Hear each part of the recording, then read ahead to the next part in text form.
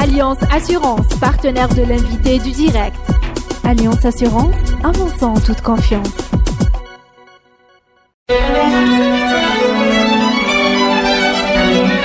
Pour bien s'entendre, il faut bien s'écouter. Rendez-vous sur M, la petite radio du Grand Maghreb. Amis auditeurs de Radio M, bonjour. Nous avons le plaisir d'accueillir dans l'invité du direct ce matin le docteur Hussein Mehdi, expert international dans l'industrie pharmaceutique. Docteur Hussein Mehdi, bonjour. Bonjour. Merci beaucoup d'être avec nous sur l'antenne de Radio M. Alors, nous avons vécu ce week-end les journées de l'industrie pharmaceutique algérienne, les JIPA, l'initiative de l'UNOP, l'Union nationale des opérateurs en pharmacie. Vous avez été un des intervenants durant ce week-end, ces 2 journées d'études, et vous nous avez un petit peu analysé le modèle algérien versus les autres modèles de filières industrielles en pharmacie. Est-ce qu'on peut être encore en 2018 d'accord pour dire que c'est un modèle à succès? Je cite un seul chiffre, 62% de la consommation de médicaments en Algérie est couverte par des producteurs locaux. Est-ce que c'est un ratio qui suffit pour dire que c'est un modèle à succès? Alors effectivement, par rapport aux objectifs du gouvernement qui étaient de 70, on n'y est pas encore, mais c'était déjà très ambitieux, personne n'y croyait quand on en parlait au départ, parce que on ne le voyait pas arriver comme ça. Des décisions politiques fortes ont été prises, telles que la non-importation de produits fabriqués localement. Donc ça a été un driver important. En 2008, absolument. En fait, il y a eu déjà, fin des années 90, ça a été fait. Ensuite, avec les accords avec l'OMC, ça a été mis entre parenthèses. Et puis, c'est revenu de manière forte jusqu'à maintenant. Ce qui est un bon driver. Alors, donc 62%, on peut considérer que c'est oui, bien. En tout cas, au niveau régional, c'est l'un des rares pays. Absolument. Au niveau régional, c'est l'un des seuls pays qui est à ce niveau-là. L'Égypte aussi est à des degrés d'intégration importants. Mais une taille de marché aussi importante, parce qu'on est sur 4 milliards de dollars sur l'Algérie, ce taux d'intégration de 62% en volume, c'est un peu plus de 50% en valeur, mais déjà 62% en volume est un chiffre tout à fait ambitieux. Alors déjà, ça nous amène un petit peu à ce qui va être la problématique de cette émission. La valeur est plutôt dans les produits importés, puisque dès qu'on passe à la valeur, c'est plutôt 50%. Et ça signifie des choses, on en parlera dans un moment. Alors l'autre facteur à succès qui fait que ça s'est plutôt bien passé, ce sont les opérateurs en pharmacie qui le disent, c'est le système de remboursement algérien. Absolument. C'est-à-dire que cette taille de marché, déjà, ne peut avoir cette taille-là que de par le système de remboursement très excellent en termes de couverture, qui est le système algérien. Si vous comparez, par exemple, avec le Maroc, où la population est à peu près équivalente, on est plutôt sur 35 millions d'habitants versus une quarantaine sur l'Algérie, le marché marocain, c'est 1,1 milliard. Le marché algérien, c'est 4 milliards. Pourquoi ? Parce que la couverture sociale au Maroc est très limitée si vous la comparez à la couverture sociale en Algérie, qui est l'une des plus grandes couvertures au monde, il faut le dire comme telle. Après, est-ce qu'elle est sophistiquée ? Certainement pas. Mais en tout cas, c'est clair que ça a été un élément crucial pour permettre à cette industrie de croître. Alors, on l'a bien senti déjà dans les JIPA de l'année dernière, ça s'est plutôt confirmé cette année. Les acteurs le disent, on sent monter une forme de stress.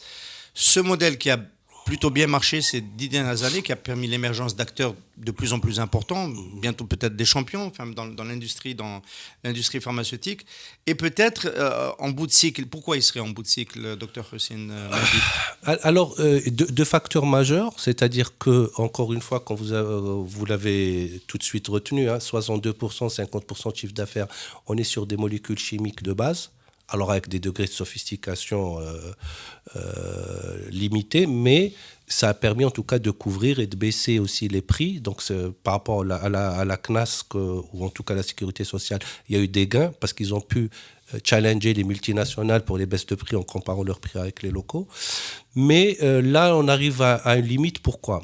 C'est-à-dire que le secteur pharmaceutique va s'ouvrir encore vers de nouvelles entités industrielles. Le ministre l'avait annoncé lors de l'ouverture d'IGIPA. Donc effectivement, il y a 350 dossiers, mais disons qu'il y a à peu près 80 qui sont plutôt matures. Et ça, c'est inquiétant parce que là, actuellement, nous avons 80 players qui font ces 62% sans être sur des capacités industrielles maximales, c'est-à-dire qu'ils peuvent encore faire plus. Donc l'arrivée de ces nouveaux va créer certainement des perturbations parce que ce qui reste comme gap, pour revenir aux 62%, c'est des produits qui sont technologiquement compliqués à mettre en place. Il y a effectivement quelques possibilités sur l'ophtalmo qui peuvent être intégrées localement, mais les produits de biotech nécessitent des investissements particuliers. Et sur ça, est-ce que les 80 nouveaux players iront vers les biotechnologies ? J'en suis pas sûr, parce que ça ne se fait pas du jour au lendemain. Donc, ils vont aller sur des molécules chimiques telles que celles qui sont déjà sur le marché. Et le problème qu'il y a, c'est que le marché algérien ne pourra pas les absorber. Donc, nous voyons déjà en 2018 déjà quelques guerres commerciales, puisque nous captons les datas. Donc, nous voyons aussi qu'il y a des pratiques commerciales qui sont à la limite de l'éthique. Et ça, c'est un mauvais présage, parce que nous sommes dans le médicament. Et quand les entreprises ne soufflent pas assez dans le médicament, c'est dangereux, parce que est-ce que ça sera la qualité qui va être touchée, etc. Donc ces paramètres nous montrent que le marché algérien, malgré ses 4 milliards, va être étroit pour tous ces players locaux. Et on n'est pas loin de la bulle de ce que j'entends. Alors effectivement, ça ne viendra pas en une année. Parce que le temps que ces unités se mettent en place, peut-être c'est dans 2-3 ans. Docteur Hacine Madi, parce que je suis à cette position-là d'intervieweur, de journaliste, j'ai eu la possibilité d'interviewer beaucoup d'acteurs de l'économie et de l'industrie. C'est arrivé très vite dans la boisson. Oui. C'est arrivé très vite dans les ciments. Oui. Voilà, on est passé d'une situation, notamment dans les ciments, par exemple, de déficit à une bulle où il y a 5-6 millions de tonnes qui sont en excédent. Je peux vous dire que sur certaines molécules, on est déjà dans la bulle. Hein. Il y a certaines molécules où en Algérie, il y a une vingtaine de génériques.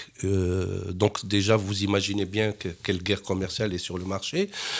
Donc ça dépend des molécules, mais là, avec l'arrivée des nouveaux, déjà en fait, avec les 80 qui sont déjà en place, et ce n'est pas évident. On commence à se marcher sur les pieds. Donc avec les nouveaux arrivants, moi j'ai dit qu'il y a vraiment une question stratégique à se poser, parce que ce serait quand même dommage que cette belle histoire finisse mal à travers des faillites ou autres. Je suis peut-être un peu excessif, mais je préfère en tout cas le montrer parce qu'on le sent comme tel. Oui. Alors, on parle de guerre commerciale, mais c'est quand même un secteur qui est très régulé. Les prix sont régulés. D'ailleurs, une des problématiques des opérateurs en pharmacie, c'est le fait que certains prix de médicaments n'ont pas bougé depuis de longues années et qu'il n'y a plus de marge possible sur ces marges-là. Et certaines molécules ne sont plus produites.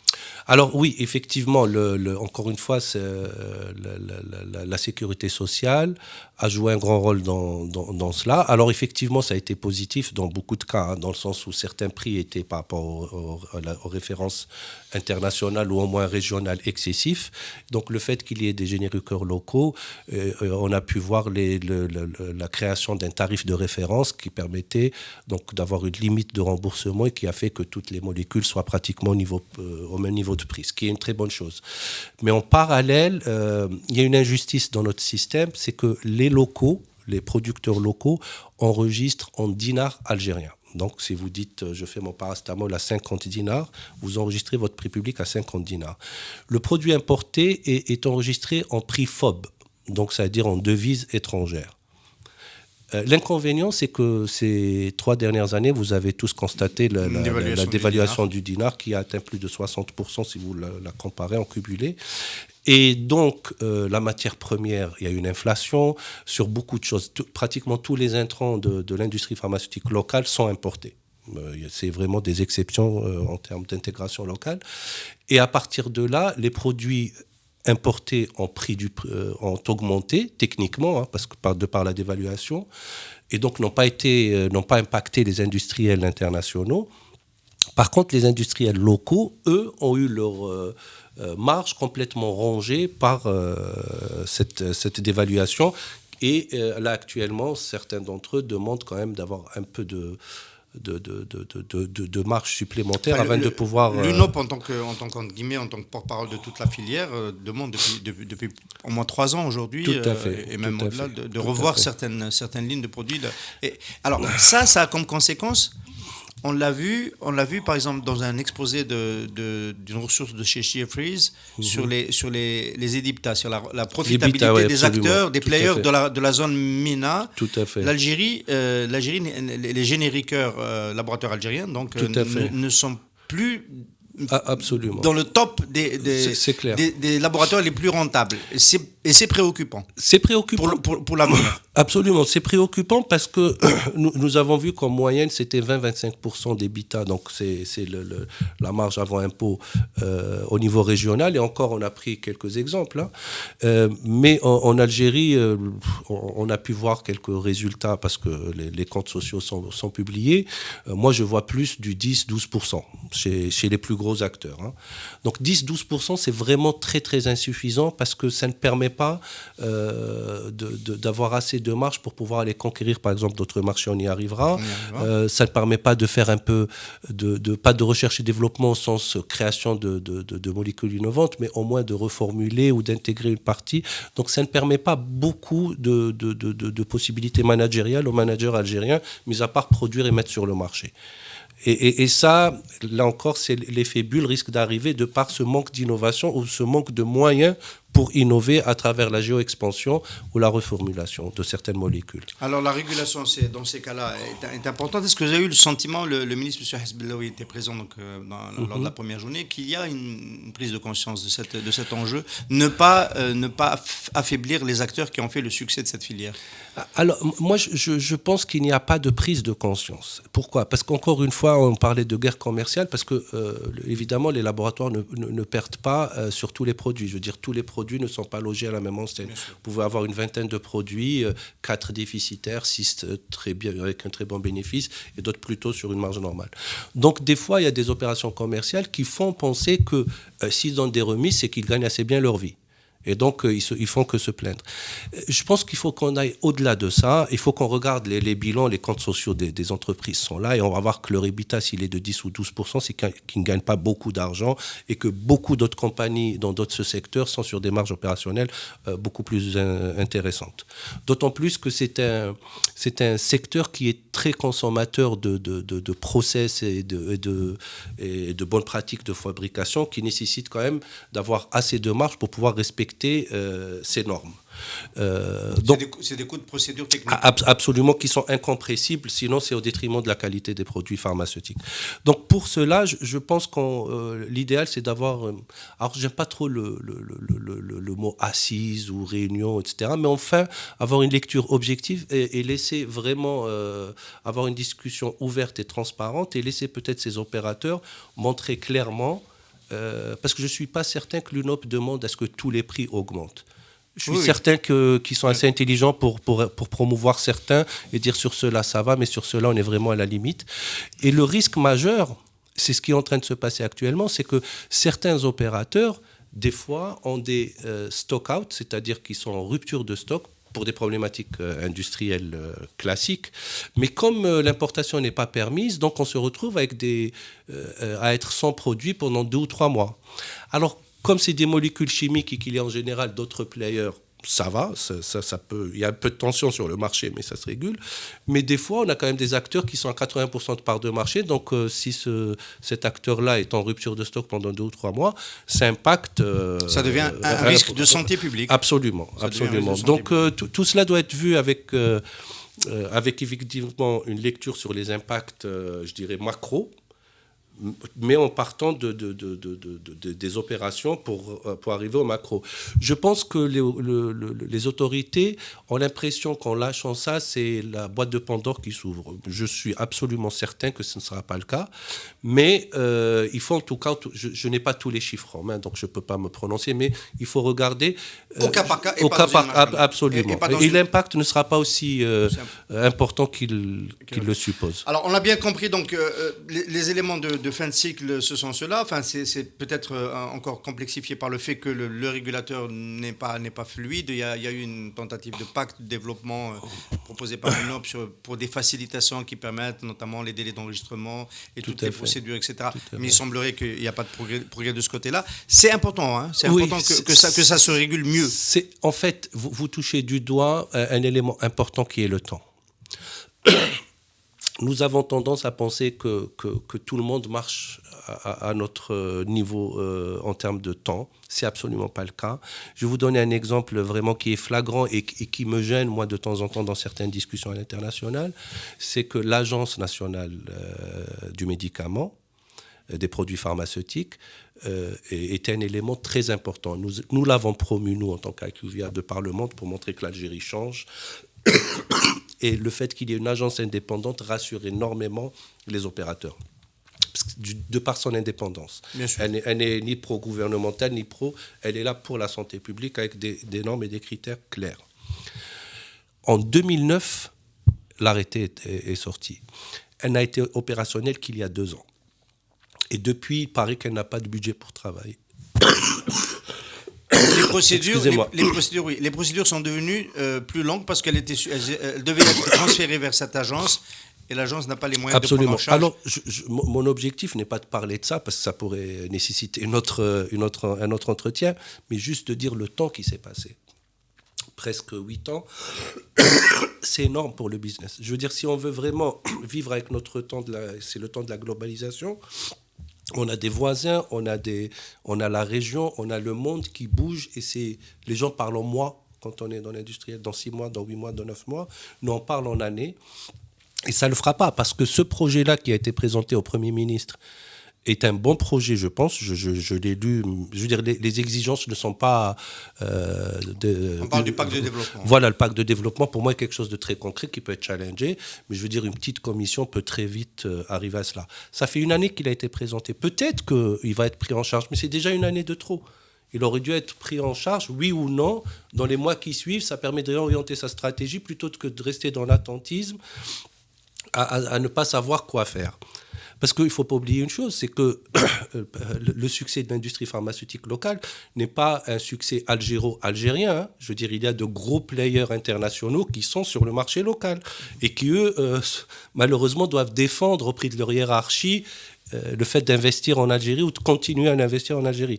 Donc à partir de là... C'est vrai qu'on ne le dit pas suffisamment, dans les 62% de couverture, il n'y a pas que des laboratoires algériens. Algéro-algériens, absolument. Et la part des laboratoires algériens peut à la limite diminuer dans l'avenir parce que les acteurs globaux qui ont investi ici pour fabriquer en Algérie peuvent prendre la main. Absolument. On peut avoir aussi des cas inverses, c'est-à-dire que le labo algéro-algérien peut se contenter d'une marge blanche. Une multinationale n'est pas une ONG, donc ils peuvent aussi retirer leur billes. Voilà. Oui, ils peuvent retirer leur billes. On a cette problématique dans l'assemblage automobile où on pense que les conditions d'une industrie pérenne dans la durée ne sont pas encore réunies avec le modèle d'assemblage actuel et donc le retrait est aussi une éventualité à considérer. Absolument. À considérer. Très bien. Alors, si ce modèle-là est en train d'arriver en bout de cycle, on ne va pas être excessivement alarmiste, même s'il y a peut-être des raisons de l'être. Quels sont les moyens de le renouveler? Alors, j'en ai retenu 3 dans votre intervention, docteur. Fabriquer les intrants, donc remonter en amont de sa filière, fabriquer les intrants des médicaments, principe actif. Est-ce que c'est possible? Les matières premières, est-ce que c'est possible? Donc, on va répondre à cette question. Se diversifier à l'international pour exporter, dépasser la problématique de son propre marché. On a vu qu'on arrivait à saturation. Pratiquement, et puis aller là où se crée le gros de la valeur ajoutée, donc dans la création de nouvelles molécules, la recherche et développement. Voilà. Très bien. Alors, sur ces 3 chantiers, qu'est-ce qu'il est possible de faire? On va commencer par celui qui nous paraît, nous, en tant que journalistes observateurs de l'extérieur, comme étant peut-être le plus à la portée des laboratoires algériens, la fabrication des intrants. Alors, moi, si vous permettez, je vais aller du plus simple au peut-être un peu plus compliqué. Je mettrai plus la géo-expansion comme encore plus aisée que... Je voulais éviter la Banque d'Algérie et les douanes. je vais en parler dans l'absolu. Hein. Je vais pas rentrer dans les détails. C'est que la géo-expansion est le plus simple. Pourquoi? Parce que les opérateurs sont là, les produits sont là. Il s'agit de les vendre à l'international. Donc, il n'y a pas grand-chose à faire. Par contre, effectivement, intégrer une nouvelle industrie pour la matière première, il y a quand même des choses à faire. C'est pour ça que je vous ai dit, je prioriserai la géo-expansion comme étant la première... Elle a commencé d'ailleurs. Absolument. Elle a commencé très timidement. Vous avez vu que si on compare par rapport à la région, nous sommes de très loin le dernier. Nous sommes à un peu moins de 7 millions de dollars, je crois, dans le produit pharmaceutique, ce qui est vraiment une goutte d'eau. Et quand le principal opérateur qui a communiqué lors des JPAM nous parle de toutes les contraintes qu'il subit, je pense qu'il mériterait une médaille, parce que c'est vraiment un sacerdoce. Les contraintes à export. Sont très, c'est celles où on n'ira pas, parce que ça nous prendra une heure, justement, pour en parler. Donc la géoexpansion, pour moi, est le premier élément important. Il est important parce qu'il permettra de donner une rentrée de devises en Algérie, mais je n'aime absolument pas cette terminologie parce que c'est une terminologie de mendiant. Moi, j'aime bien les terminologies d'ambition, de numéro 1 et de conquérant, mais pas pour gratter quelques devises. Donc, mais ça permettra en tout cas à nos entrepreneurs d'avoir une taille critique qui leur permettra d'investir sur d'autres, peut-être sur la biotechnologie, etc. Alors pour ça, le gouvernement doit jouer un rôle parce que les accords bilatéraux, les accords régionaux d'ouverture de marché, etc., sont des éléments cruciaux. Les accords de non-double imposition, etc., sont des éléments cruciaux déjà. Moi, je parle de stratégie. Après, tactiquement, je sais qu'il souffre à chaque étage d'une opération d'exportation, mais déjà, il faut ouvrir les marchés et le gouvernement ou bien la diplomatie économique est un élément crucial, surtout dans le médicament, parce que tous les pays veulent l'intégrer, il n'y a pas que nous. Tout le monde a envie d'avoir sa propre production locale, etc. Mais voilà, on peut en tout cas, sur des accords ambitieux, ouvrir notre marché. Pour certains, en contrepartie, qu'ils ouvrent le leur à nos produits. Docteur, vous êtes à l'international, vous avez une idée des flux, des possibilités, des marchés cibles. 7 millions en 2017, 7 millions de dollars d'exportation pour les produits pharmaceutiques. Quel est l'objectif raisonnable sur les 2 ans qu'on peut se fixer ? Écoutez, je vais vous donner un petit exemple de benchmark que j'avais présenté lors des JPA. Tunisie, 53 millions. Égypte, 144 millions d'exportation. Emirates, 400 millions. Arabie Saoudite, 500 millions d'exportation. Jordanie, 670 millions. Jordanie, petit pays du Middle East. Turquie, 1,1 milliard. Donc, c'est juste pour vous dire, comparer ce qui est comparable. Donc, on est vraiment loin. Alors, c'est bien parce que ça veut dire que tout reste à faire et qu'il y a des possibilités.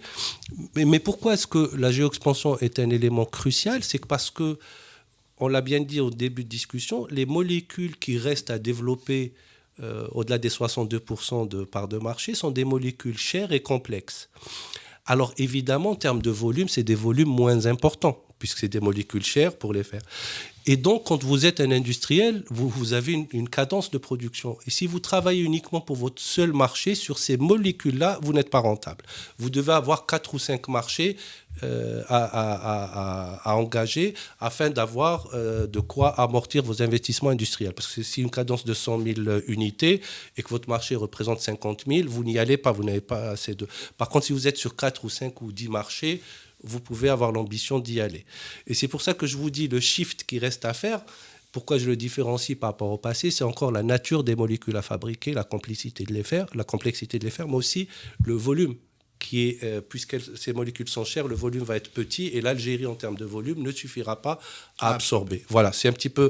Donc la géoexpansion, pour moi, est une nécessité pour pouvoir justement intégrer un peu plus, remonter de couverture de part de marché. Le deuxième élément important, alors effectivement, pour pouvoir justement être un grand champion de l'export, il faut pouvoir réduire ses coûts. Et parmi les éléments clés, c'est la fabrication de principes actifs. Alors, elle peut être l'œuvre d'un laboratoire pharmaceutique qui décide d'ouvrir une filiale de principes actifs, mais en général, très rares sont les labos qui peuvent consommer tous leurs principes actifs. Parce que, vous savez, 1 kilo peut vous faire sortir 100 000 ou 1 million de boîtes. Donc, par contre, il peut y avoir aussi une association de laboratoires qui vont lancer une filiale ensemble, ou bien un acteur autonome qui va être dans la chimie et qui va fabriquer du principe actif. Est-ce qu'on peut envisager d'amener les acteurs indiens ou chinois, indiens notamment, qui le feraient en Algérie ? Bien sûr, tout est possible. Il suffit juste d'être attractif, ou bien en JV. La loi dit 51-49, donc ce sera une société algérienne. Mais bien sûr, il faut trouver de bons partenaires, mais ces bons partenaires doivent aussi, eux, ils ont le monde. Hein. Les Indiens, quand ils sortent d'Inde, il a le monde. Donc l'Algérie est une partie du monde. Il faudrait qu'elle soit assez attractive pour pouvoir faire en sorte que ces acteurs-là viennent. Mais je peux vous garantir qu'ils seront plus qu'heureux. Je suis toujours déparlé avec d'autres filières. C'est l'atelier d'emboutissage dans l'industrie automobile. On ne le fait pas pour un seul marché. On fait l'emboutissage absolument. pour le monde. Et en fait, vous touchez du doigt un point important. Le médicament, comme tous les autres produits et services, est régi par la globalisation, est régi par la régionalisation. On ne peut plus, au XXIe siècle, en tout cas à l'état actuel des choses, raisonner pays. Dieu merci pour notre industrie, la taille de marché était suffisante pour leur permettre de croître. Ils ont fait gagner beaucoup d'argent aussi à l'Algérie en baissant le prix des produits pharmaceutiques. Là, la croissance moyenne qui a été quelque chose comme 7 et 8% en moyenne aurait pu être 10-12% si les prix étaient restés les mêmes. Hein. Donc 4 points sur 1 milliard, c'est quand même beaucoup d'argent fait gagner donc à la CNAS et en termes d'importation. Donc tout ça pour dire qu'on a le premier élément, la géoexpansion. Le deuxième élément, c'est donc la production de principes actifs pharmaceutiques. Alors, quand je dis principe actif pharmaceutique, il y a son corollaire, hein, c'est la protection stricte de la propriété intellectuelle. Il y a quelques éléments comme ça que regardent beaucoup les entreprises globales. Et ce n'est pas les déclarations qui comptent, c'est l'évaluation des cabinets internationaux. Des fois, c'est injuste, des fois, c'est pas bien fait. C'est à nous de nous défendre et de montrer que dans la vraie vie, on protège bien. Donc, c'est pour ça qu'il faut être proactif et pas dire ils font n'importe quoi, notre loi est très claire. S'ils le font, ils ont leur façon d'auditer. Nous devons comprendre comment ils auditent et corriger afin de pouvoir... Alors, on a compris de ce que vous dites, docteur, que c'est déjà un peu plus compliqué que la géoexpansion. Oui, voilà, absolument. Parce que là, ça nécessite vraiment une implication des pouvoirs publics importante. Alors, on va monter, donc, continuer de monter dans la gradation, du plus simple au plus compliqué. Tout à fait. Localiser en Algérie on va dire des gisements de recherche et développement un peu sur le modèle de Singapour. Vous l'avez aussi évoqué pendant votre intervention. Est-ce que c'est possible et qu'est-ce que ça peut donner? Est-ce que les ingrédients existent en Algérie pour le faire? Oui. Alors d'abord, je vais juste dire ce que c'est.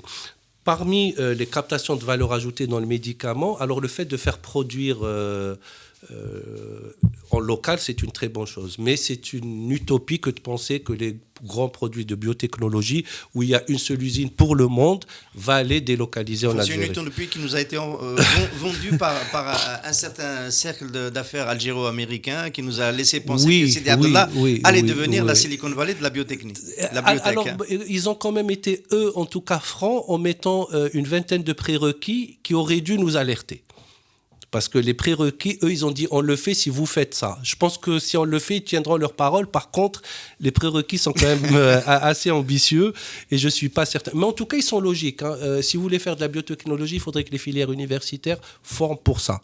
Donc il y a quand même une décision importante gouvernementale. C'est toujours pas le cas ? Non, absolument pas. Alors, il y a des filières biotech, mais elles n'ont pas été faites en consultation avec les players de la biotechnologie. Alors, c'est du fondamental, mais la personne ne sort pas prête à l'emploi. Donc pas validé par l'industrie. En fait, comme tout, honnêtement, ça ne touche pas que la biotech. Je veux dire, vous prenez un ingénieur en mécanique, il sort, il ne sait pas réparer une voiture, il faut l'intégrer, le former. On devrait avoir une université qui soit un peu plus business-oriented, où la personne sort directement prête à l'emploi, et c'est la grosse frustration, je pense, de nos universitaires, parce que en sortant, les entreprises n'ont pas des personnes ready to use, comme on dit, et donc il y a une étape supplémentaire de stage et de travail mal rémunéré pour pouvoir avoir cette expérience qui va les rendre rentables. Alors qu'on pourrait vraiment, avec un cursus de 6 mois supplémentaires, faire en sorte que ces personnes soient tout de suite opérationnelles.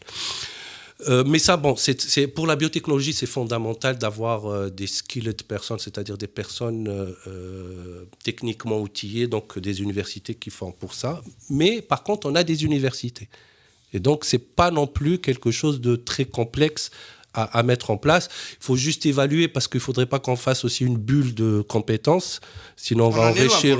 Voilà, c'est pas le premier risque. Hein. Exactement. Mais de toutes les façons, avoir des bio-techno personnes est toujours un plus dans un pays. Alors effectivement, après, encore une fois, il faut être très attractif, c'est-à-dire que la biotech, pour qu'elle puisse... C'est ce qu'a fait Singapour, l'attractivité en priorité. Alors, Singapour, c'est très simple. Pour faire de la biotech, il faut d'abord faire un écosystème. Cet écosystème, c'est des universités très performantes. Et ces universités vont sortir des cadres de haut niveau qui vont pouvoir... mais aussi pouvoir faire des études cliniques de haut niveau. Parce que si vous faites de la recherche et développement, c'est pour faire des essais cliniques. Vous ne pouvez pas faire du développement d'un côté et devoir repartir aux États-Unis ou en Inde ou en Afrique pour faire vos études cliniques. Donc à partir de là, il faudrait qu'il y ait un écosystème complet. Et l'Algérie pourra capter aussi énormément d'investissements dans ce sens, parce que les études cliniques sont générateurs de cash. C'est des investissements. On les fait dans des milieux hospitaliers ? Absolument, c'est-à-dire que l'idéal, c'est des milieux... Alors l'hospitalier peut être privé ou public, en Algérie c'est plutôt public. Et c'est des services qui sont certifiés, qui ont des procédures, qui ont des façons de faire pour être reconnus comme site d'implémentation d'études cliniques. Alors, je ne l'ai pas dit en début d'entretien, Dr Hussein Mahdi, parce que c'était pour vous laisser libre de votre parole d'expert pendant toute cette partie de l'entretien. Vous êtes directeur général de la région Afrique du Nord, Afrique de l'Ouest de IQVIA, vous allez nous expliquer ce que fait IQVIA, et pour en arriver justement à cet enjeu de la localisation, de l'attraction des études cliniques, notamment celles premium, peut-être pas celles de phase 4, mais sur des phases qui sont plus connectées au développement, à la recherche et développement. Vous en dites un mot ? Alors, sur IQVIA, nous sommes effectivement un cabinet de conseil et d'audit, mais nous sommes aussi numéro 1 en termes d'études cliniques dans le monde. C'est-à-dire que nous avons cette capacité d'accompagner les opérateurs de la recherche au développement, en étant la première CRO mondiale, jusqu'aux opérations commerciales, en capturant 85% des opérations pharmaceutiques, des transactions pharmaceutiques mondiales. Donc ça nous permet d'avoir cette présence et cette vision globale qui nous aide à aider évidemment nos clients, mais c'est aussi nos clients, c'est dans énormément de pays, c'est les autorités qui nous demandent aussi notre avis, et nous sommes en fait une third party neutre entre l'industrie et l'autorité pour faire en sorte que les visions convergent. Qu'est-ce que doivent faire les autorités, qu'est-ce que doit faire l'industrie ? Parce que chacun a un rôle à jouer. Donc, nous sommes là pour donner des éclairages à travers nos conseils et nos audits pour que des décisions pertinentes soient prises. Alors, qui dit conseil, qui dit recommandation, dit bonne utilisation, bonne lecture de la data. Effectivement. Alors, il faut produire de la data, il faut aller la chercher là où elle est, il faut la faire parler, il faut l'organiser Absolument. pour qui le fait et comment ça se fait. Alors, à notre niveau, vous voulez dire ? Oui. Ok.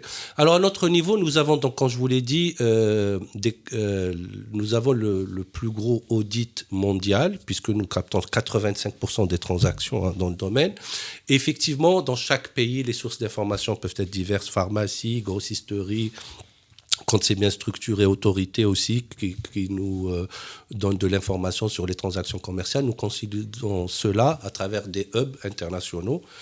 Le traitement de data nécessite des data centers très puissants, donc c'est très rare qu'un pays ait sa propre production de data. Chez nous, chez IQVIA, nous avons des pôles qu'on appelle hubs qui concentrent plusieurs pays. Et ça nous permet donc d'avoir des audits classiques, donc des parts de marché, des évolutions, etc. Donc c'est une bonne lecture déjà sur la situation du marché. Ça, c'est notre core business. Derrière ça, nous avons tout ce qui est conseil, c'est-à-dire nous faisons du consulting. Nous sommes numéro 1 dans le conseil à l'industrie pharmaceutique. Alors effectivement, nos concurrents, les Big Four, sont généralistes, donc ils sont plus gros que nous dans le conseil, mais sur le segment pharma, nous sommes numéro 1. Alors pour être précis et illustré pour nos amis auditeurs, vous, par exemple, sur des questions de santé publique, vous pourriez alerter les pouvoirs publics sur une propension à consommer plus une classe de médicaments qu'on ne verrait pas autrement, oui, si on ne traitait pas cette data, et qui serait symptomatique peut-être d'une évolution dans le way of life ou dans... Absolument, nous sommes tout par à fait exemple, les somnifères, j'ai discuté hier avec un opérateur télé qui me disait qu'il y a aussi une surconsommation d'un certain type de somnifères qui peut dire des choses au niveau des pathologies globales. Tout à fait. Alors, côté business et corporate, votre conseil il porterait par exemple sur les 80 nouveaux acteurs rentrants. Tout à fait. Qu'est-ce qu'il ne faut pas aller produire aujourd'hui? Absolument.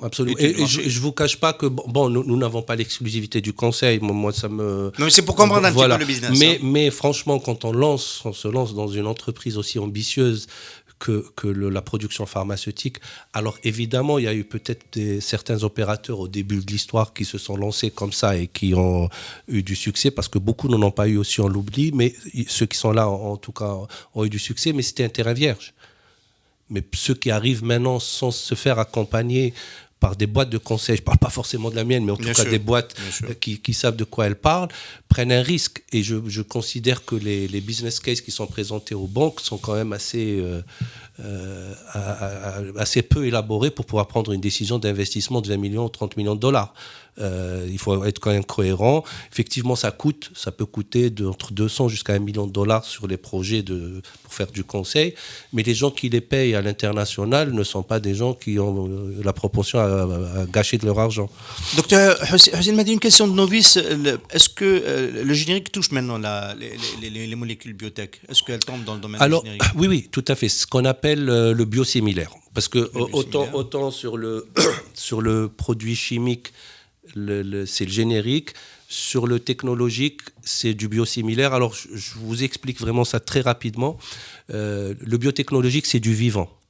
Le vivant ne peut jamais être répliqué à l'identique comme un générique. Donc, on dit biosimilaire, c'est-à-dire qu'ils vont avoir la même action au bout du compte.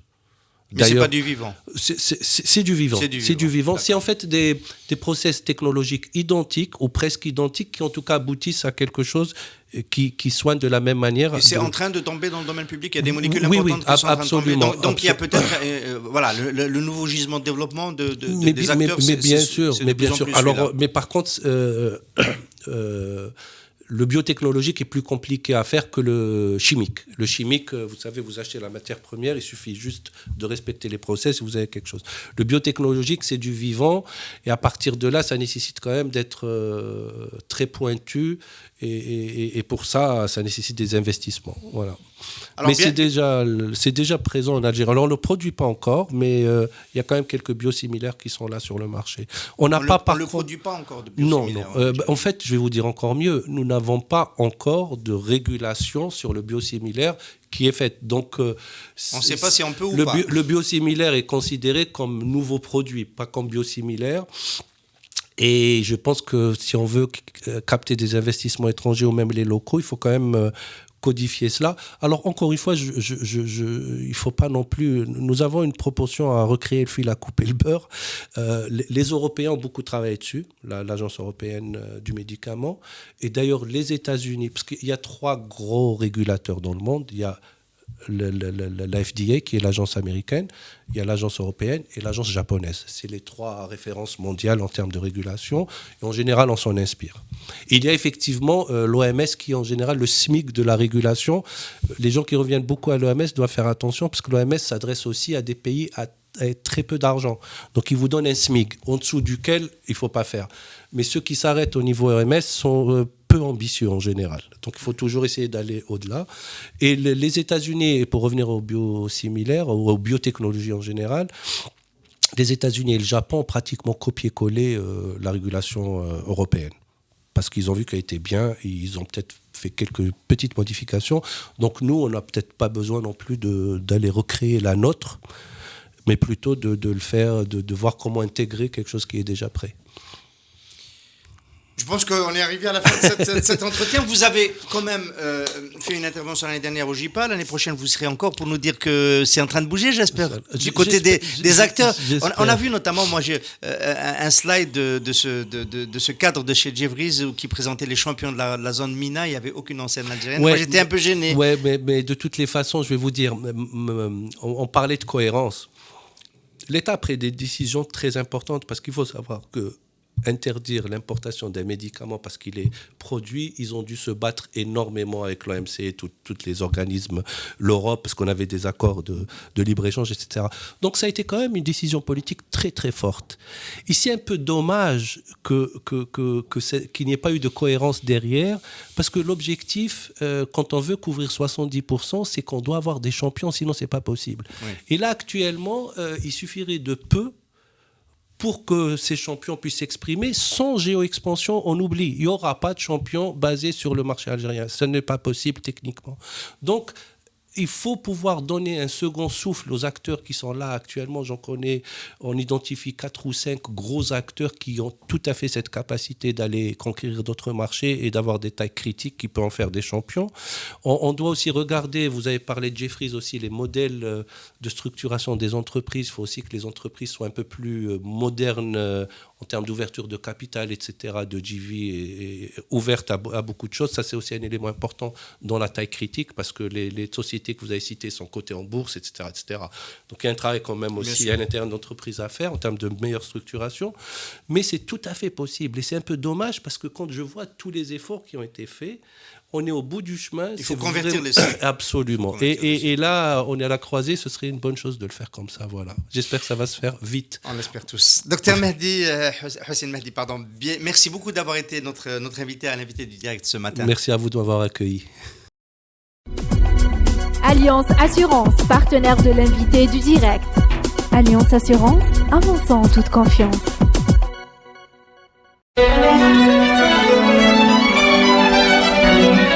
Pour bien s'entendre, il faut bien s'écouter. Rendez-vous sur M, la petite radio du Grand Maghreb.